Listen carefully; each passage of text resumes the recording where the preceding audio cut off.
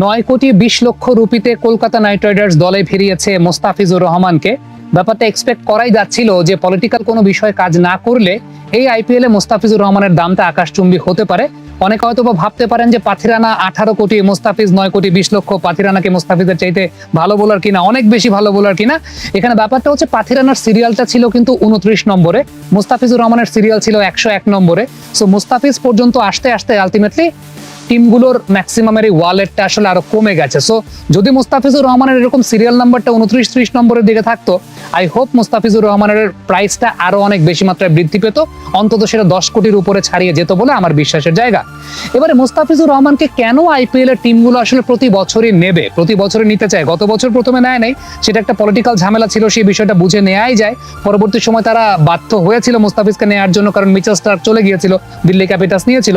But কেন মোস্তাফিজকে নিতেই হবে বা নিতেই চায় টিমগুলো?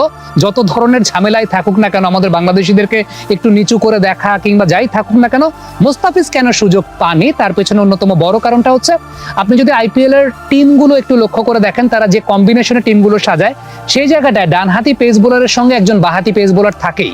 প্রত্যেক টিমেই আপনি খেয়াল করে দেখবেন যে 2জন ডানহাতি পেস বোলার থাকছে, একজন বাহাতি পেস বোলার বেস্ট 11-এ খেলছেই। সো তারা লেফট হ্যান্ড রাইট হ্যান্ড কম্বিনেশনটা এটা চিন্তা করেই করে। আর পুরো ইন্ডিয়াতে সার্চ করলে আসলে 4-5-6 জনের বেশি বাহাতি পেস বোলার ওই রকম মানের পাওয়া যায় না, আর মোস্তাফিজদের মানের তো পাওয়া যায়ই না। সো ওই জায়গাটা থেকে চিন্তা করলে তারা সবসময় বিদেশি বাহাতি পেস বোলারদের দিকে নজর রাখে। আর আপনি যদি মোস্তাফিজের কথা যদি চিন্তা করেন, তাহলে বিদেশি বাহাতি পেস বোলার এই মুহূর্তে 1-2 দিনের মধ্যে মোস্তাফিজুর রহমান থাকবেন ফর টি20 format, no doubt about that. So Mustafizur রহমানকে আসলে নিতেই হবে।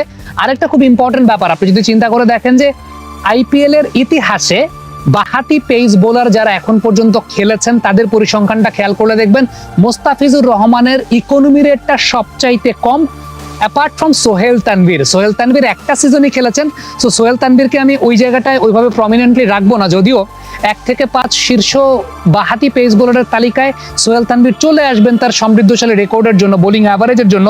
আমরা একটু খেয়াল করে যদি দেখি পরিসংখ্যানটা, তাহলে দেখবো 1 নম্বর অবস্থানে ট্রেন বোল্ট, যিনি প্রতি 26 রানে একটা করে উইকেট নিয়েছেন, ইকোনমি রেটটা 8.38। মিচেল ম্যাকলেনাখান প্রতি 25 রানে একটা করে উইকেট নিয়েছেন, ইকোনমি রেটটা তার 8.4। মিচেল স্টার্ক প্রতি 23 রানে একটা করে উইকেট নিয়েছেন, ইকোনমি রেট 8.6। মোস্তাফিজুর রহমান প্রতি 28 রানে একটা করে উইকেট নিয়েছেন, ইকোনমি রেটটা 8.13। সোহেল তানভীর প্রতি 12 রানে একটা করে উইকেট নিয়েছেন, ইকোনমি রেটটা 6.46। তার স্ট্যাটিস্টিক্সটা সবার চাইতে বেটার, যদিও মাত্র একটা সিজন তিনি খেলেছেন। তবে এই লিস্টটা খেয়াল করলে দেখবেন যে আইপিএল এর ইতিহাসে বাহাতি পেস বোলার যারাই বোলিং করেছেন না কেন, স্যাম কারেন বলেন, টাইমাল মিলস বলেন, অনেক বাহাতি পেস বোলারই বোলিং করেছেন, তাদের মধ্যে বিদেশি বাহাতি পেস বোলারদের মধ্যে মোস্তাফিজুর রহমান 1 থেকে 5-এ আছেন। ইভেন ইকোনমি রেটের জায়গায় সোহেল তানভীরকে যদি আমি সাইড কাটি, তাহলে মোস্তাফিজুর রহমানই আসলে 1 নম্বর অবস্থানে আছেন।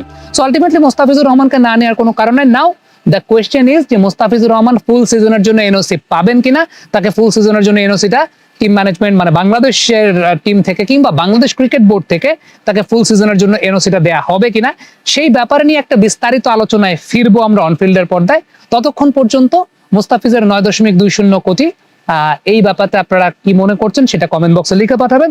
আবারও বলি, সেটা হচ্ছে মোস্তাফিজের সিরিয়াল নম্বরটা 101-এ ছিল, এটা যদি একটু আগের দিকে হতো আমার কাছে মনে হয় যে মোস্তাফিজের প্রাইসটা আরো অনেক বেশি মাত্রায় বৃদ্ধি পেত। কমেন্ট বক্সে আপনাদের মন্তব্য মতামত জানতে চাই।